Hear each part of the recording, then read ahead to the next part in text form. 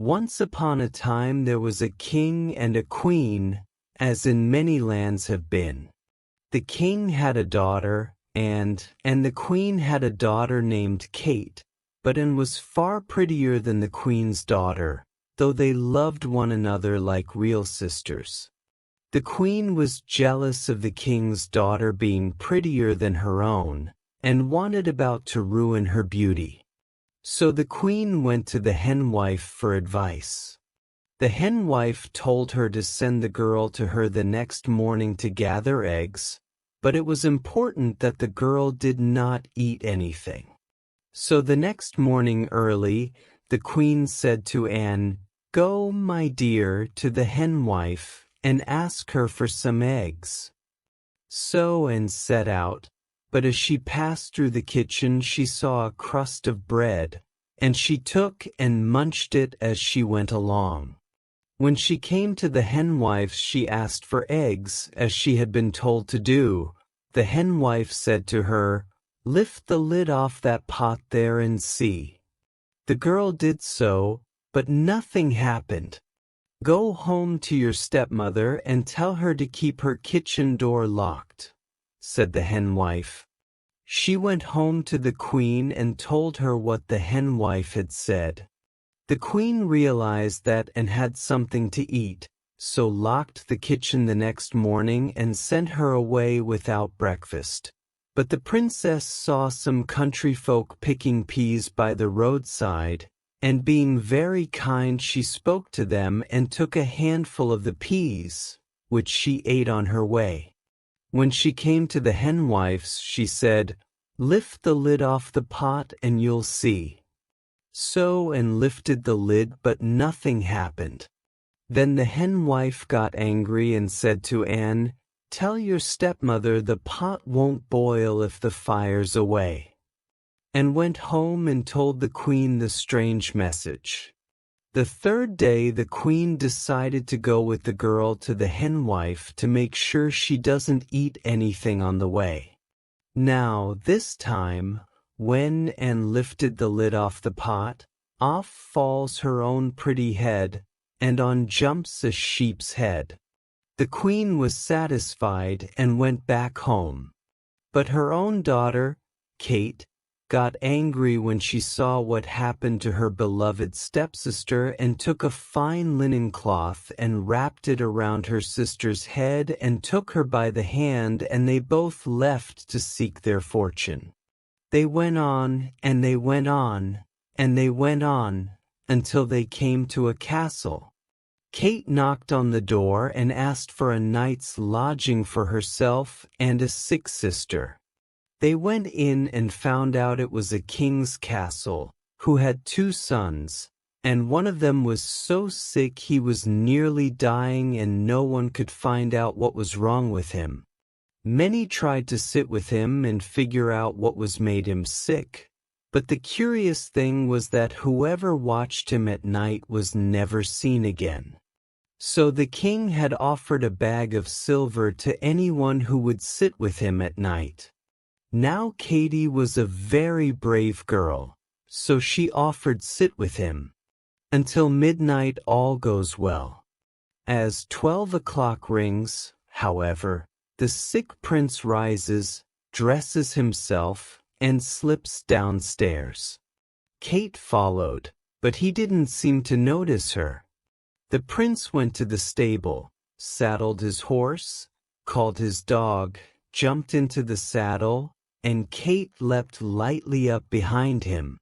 Away rode the prince and Kate through the woods. Kate, as they were riding, was plucking nuts from the trees and filling her apron with them. They rode on and on until they came to a green hill. The prince here stopped and spoke, "Open, open, green hill, and let the young prince in with his horse and his dog," and Kate added, "and his lady." Immediately the green hill opened and they went in. The prince entered a magnificent hall, brightly lighted up, and many beautiful fairies surrounded the prince and led him off to the dance. Meanwhile, Kate, without being noticed, hid herself behind the door. There she sees the prince dancing and dancing and dancing, until he could dance no longer and fell on a couch.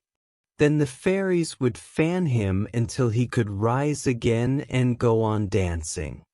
At last the cock crew in the early morning, and the prince hurried to get on his horse. Kate jumped up behind, and home they rode. When the morning sun rose, the king came in and found Kate sitting down by the fire and cracking her nuts. Kate said the prince had a good night, but she would not sit with him another night unless she was to get a bag of gold. The second night passed as the first had done. The prince got up at midnight and rode away to the green hill and the fairy ball, and Kate went with him, gathering nuts as they rode through the forest. This time she did not watch the prince, for she knew he would dance and dance and dance. But she sees a fairy baby playing with a wand, and overhears one of the fairies say, 3 strokes of that wand would make Kate's sick sister as pretty as she was. So Kate rolled nuts to the fairy baby, and rolled nuts until the baby toddled after the nuts and let the wand fall, and Kate took the wand and put it in her apron. And at cockcrow they rode home as before, and the moment Kate got home to her room she rushed and touched and 3 times with the wand, and the nasty sheep's head fell off, and she was her own pretty self again. The third night Kate consented to watch, only if she could marry the sick prince. All went on as on the first 2 nights. This time the fairy baby was playing with a chicken. Kate heard one of the fairies say, 3 bites of that chicken would make the sick prince as well as he was.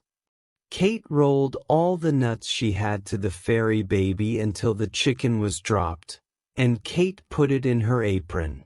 At cockcrow they set off again, but instead of cracking her nuts as she used to do, this time Kate plucked the feathers off and cooked the chicken. Soon there arose a very savory smell. "Oh," said the sick prince, "I wish I could have a bite of that chicken." So Kate gave him a bite, and he rose up on his elbow. Then he cried out again, "Oh, I want another bite of that chicken." So Kate gave him another bite, and he sat up on his bed. Then he said again, "Oh, if I could have a 3rd bite." So Kate gave him a 3rd bite, and he stood up, dressed himself, and sat down by the fire. And when the king came in the next morning he found Kate and the young prince cracking nuts together. Meanwhile his brother had seen Annie and had fallen in love with her, as everybody did who saw her sweet pretty face. So the sick son married the well sister, and the well son married the sick sister, and they all lived happy and died happy.